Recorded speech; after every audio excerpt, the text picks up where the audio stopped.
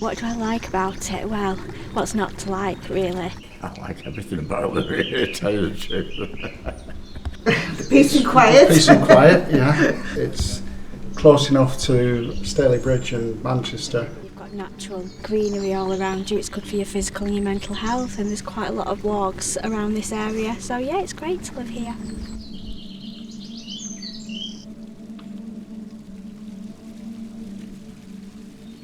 In 2018 we had a really, really good summer. To be hot. It was glorious, I seem to remember. It was glorious. It was dry, sunny, really nice. When it first started, say we were in Northern Ireland, it was competing in a sailing event there, and we heard that the fire was going towards the sailing club, so we were worried about what was going to happen with the sailing club. And then next thing, the wind had changed and it came this way instead, so it was Carbrook that was in danger.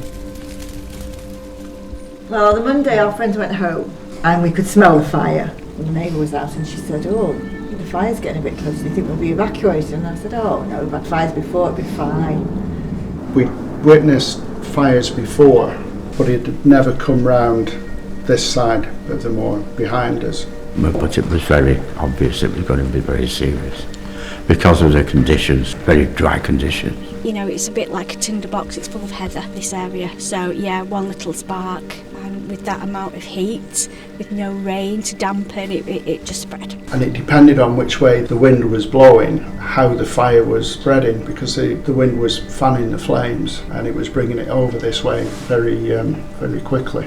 Came in, had something to eat, next minute there's a knock at the door and it was one of the local police officers saying that you're going to have to evacuate.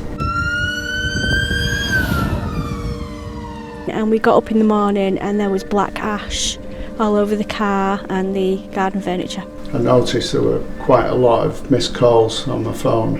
When I rang her up, she said, "You need to come home straight away. We're being evacuated."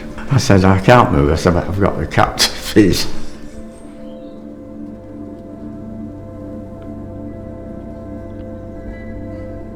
The flame was concentrated in one area, which was around the Calico Estate area.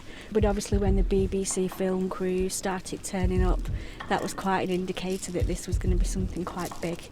It was quite upsetting, quite shocking really. We actually drove down to try and see what it was like here.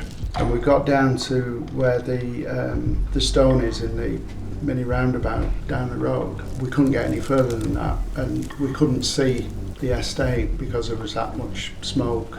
It was just very thick smoke and ash. Smoke was dreadful, yes. Tremendous, yeah. absolutely tremendous.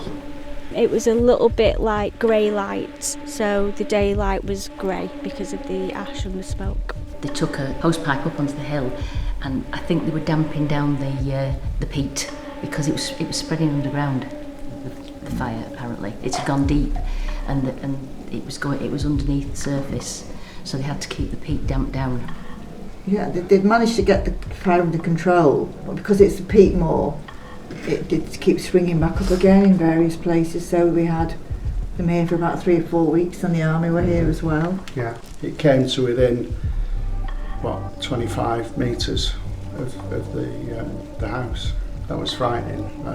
It was disconcerting. Yeah.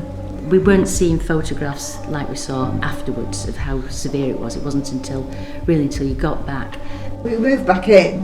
We still had the presence obviously of everybody, and we had to sign in and out basically from your own home. You know, the fire did spring up again and they needed to get people out. They knew you were either here or you weren't already.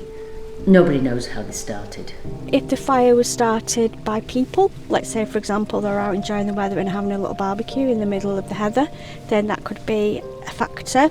It's not I don't think it's often deliberate around here, but there's been a big push on no barbecues. I suppose it's because they're more available, just the little disposable ones are sort of more available. People want to enjoy the outdoors, but I just say take a sandwich.